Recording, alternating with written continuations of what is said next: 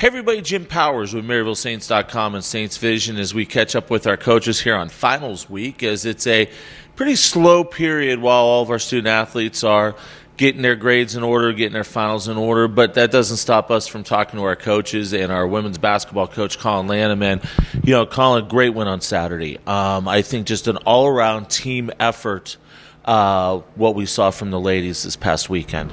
Yeah, it was a lot more balanced. Obviously, after the way we performed offensively against McKendree, it was nice to, more than double our output, from 47 one night to 97 the next. So, really happy with the confidence that the girls played with on the offensive end. Still have some work to do defensively. Thought we gave up too many easy buckets in terms of how we guarded the ball and little things like that. But offensively, our confidence was as high as it's been all year, and it was great to see that. I think the one person, and we've been waiting for that breakout game, Abby Monas, the last couple years has been really a struggle for her with injuries and everything, but to see her get that double-double and just do some terrific things on the floor, I know made her feel good, but I think for you as a coach and the coaching staff, that's exactly what we want to see from her. Yeah, she had a really efficient night. Didn't try to do too much, just kind of took what was given to her. Was very aggressive on the glass, and she's been playing that hard from day one. Just really hadn't seen the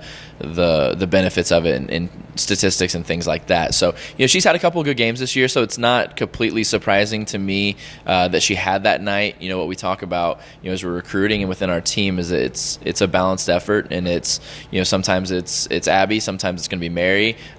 I think kind of the unsung hero of the night was actually Stephanie Sherwood. Yeah.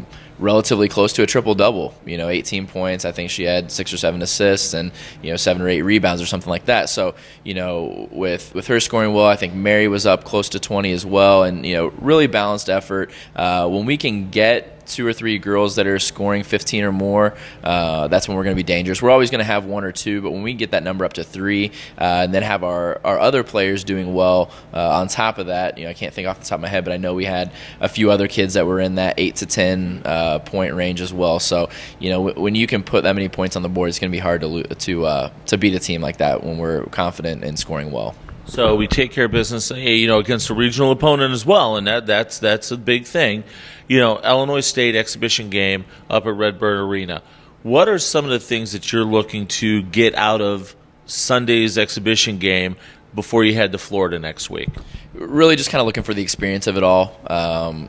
Kristen Gillespie is somebody that I've gotten to know since I moved over to the women's side and started as the head coach here, and just somebody I've really admired and the growth that she had at Lewis and what she's doing at Illinois State. So, we had a lot of opportunity, actually recruited a few of the same kids off of an AAU team, so we got a chance to spend a lot of time together this summer. It's going to be a great experience for our kids to play that D1 game, and everybody gets a little excited. I think historically we've struggled in these post-finals week games. So, my thought is maybe we can go get an exciting game against a Division I opponent, and our mentality will be, hey, we've got to go get these guys, as opposed to, times when maybe you play a Division III or an NAIA opponent. It's easy to lose that mental focus and to be excited to play when you're mentally drained from a long week of exams. It's also one of those kick the rust off a little bit too, because obviously practice schedules all over the place this week because of finals.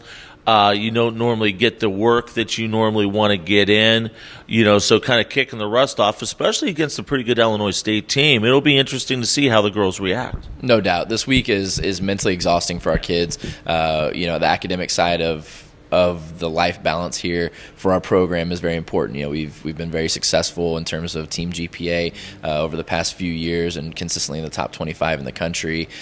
So the girls take pride in that, and so they spend a lot of time. And kind of what we talk about is, hey, let's use basketball as the release. Let that be your stress reliever. Come out here, just go as hard as you can for a couple of hours, sweat it out, quit thinking about academics, and just play ball. So yeah, kicking the rust off a little bit this weekend will be good, especially going into a couple of big games down in Florida. And going down to Florida, obviously a couple big games. Once again, some regional opponents, even though we're playing down in Florida. But I think the overall experience for the ladies is going to be huge. You get to go down, you get to hang out in Daytona Beach, do some really cool things, and play some pretty good basketball. Yeah, it's gonna be a very, very challenging 4 days. Maybe a knucklehead move on my part with scheduling, but I think this is gonna be like postseason. You're going to have to play 3 games in a short period of time against very high-quality opponent teams. So, to me, this is kind of that warm-up for the GLVC tournament, for the national tournament, things like that. So, we're going to have to be able to be mentally tough enough to let one game go and move on to the next, to be able to dial in for what, the game plan is, which could very well change from game to game. Well, and 2, these are games that are going to get you ready for Ferris State. And then, obviously, Ferris State gets you ready for the grind that starts on January 3rd with Southern Indiana and Bellarmine. I mean, the schedule makers did not do us any favors coming out of break, opening up GLVC play with those 2. Yeah, and that's the GLVC, though. There's no pretty schedule. There's no perfect. I'm just happy we're at home, for those couple games. So we'll take that. It's never a dull moment in the league, and so I intentionally scheduled this year's non-conference to be difficult in the implications that, hey, we're going to go in and have a great conference season. Let's put ourselves in a position for an at-large bid if we don't win the conference tournament. Let's be prepared for the Southern Indianas, the Bellarmines, the Drurys, the Lewis by playing these tough non-conference games, and that's exactly what we're going to see when we go to Daytona. No doubt about it, buddy. Have a great trip up to Illinois and a great trip down to Florida. I know we're going to talk to a couple of the players via Skype while you guys are down in Florida. Looking forward to that. Should be a good trip. No doubt about it. Collin Lanam joins us here as we chat with him. We'll catch up with him after the break, after December 27th. But next week, while the kids are down in Florida, we will visit with Mary Barton and also with Kayla Stewart a couple times via Skype, just to get a feel on how the ladies are doing, what kind of fun they're having, and also get their their viewpoint of a great trip down to Florida. For Collin, I'm Jim Powers. Thanks so much for tuning in to MaryvilleSaints.com and Saints Vision. Have a great week, and as always, go Saints.